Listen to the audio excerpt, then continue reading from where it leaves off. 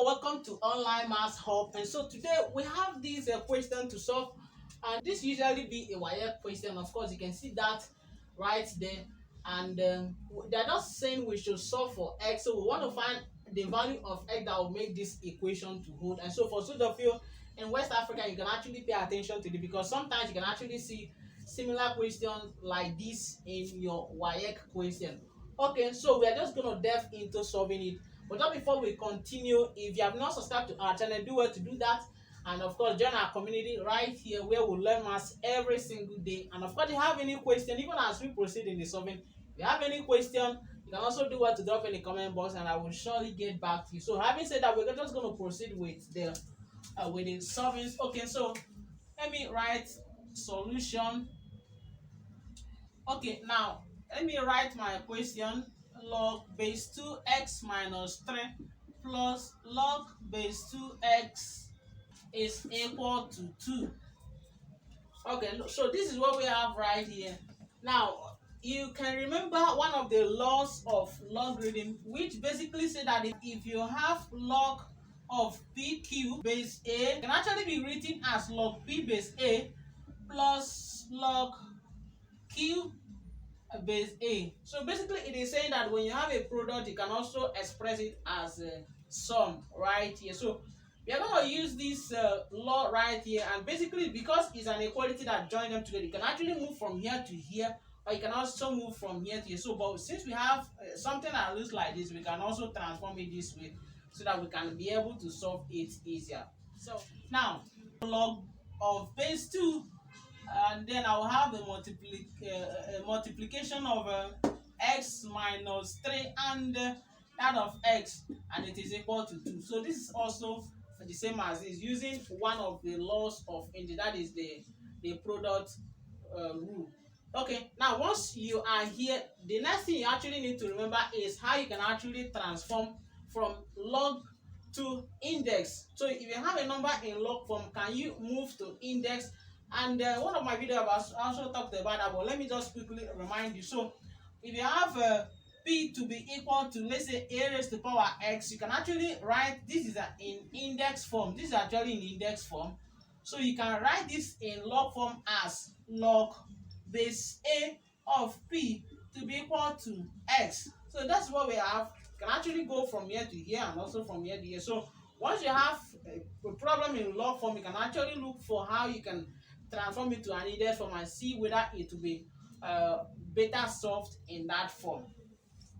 Okay, so let me just clean here, and then let's apply this right here. So if you apply this, what we are going to be having is x raised to x minus 3, that is a product, is equal to 2 raised to the power 2. 2 raised to the power 2. Okay, so it's looking simpler. Now the next thing I want to do is actually to multiply, to open this bracket. So if you open that, x times s is actually going to give us x squared. X times minus 3 will give us minus 3x, and it is equal to 4. 2 raised to the power of 2 is actually 4. So we can bring this 4 to this side, and then we can now have a complete maybe quadratic equation. Okay, minus 4 if it comes here, and is equal to 0. So you can see we've got a quadratic equation which we can just proceed to solve right there. So how do you solve it? We can just solve by factorization method. So you look for two numbers. You look for two numbers that when you multiply them is actually going to give you 4x squared, but when you sum them it will give you minus 3x, and then it is those two numbers are minus 4x and then a plus x. So when you multiply these two things, it will give you, this is positive x. When you multiply two of them, it's actually going to give you minus 4x squared, and then when you sum them, it will give you minus 3x. Okay, so I'm going to replace those two numbers with this. Okay, so we have x minus, okay, x plus x rather, minus 4x minus 4 is equal to 0. Okay, so that's what we have, and then we can go ahead to factorize. So if there is x is common here, we can factorize x. So if you factorize x from here, what do you have? We are going to be having x left. You factorize here, you have 1 left. And then minus 4 is common here, so I bring out 4. Okay, but if you factorize minus 4 here, x will be left.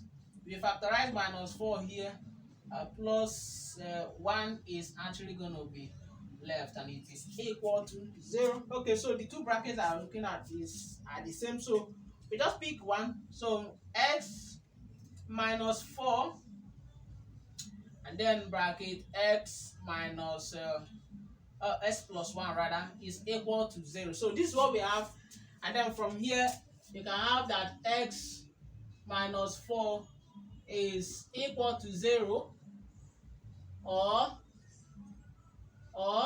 x plus 1 is equal to 0.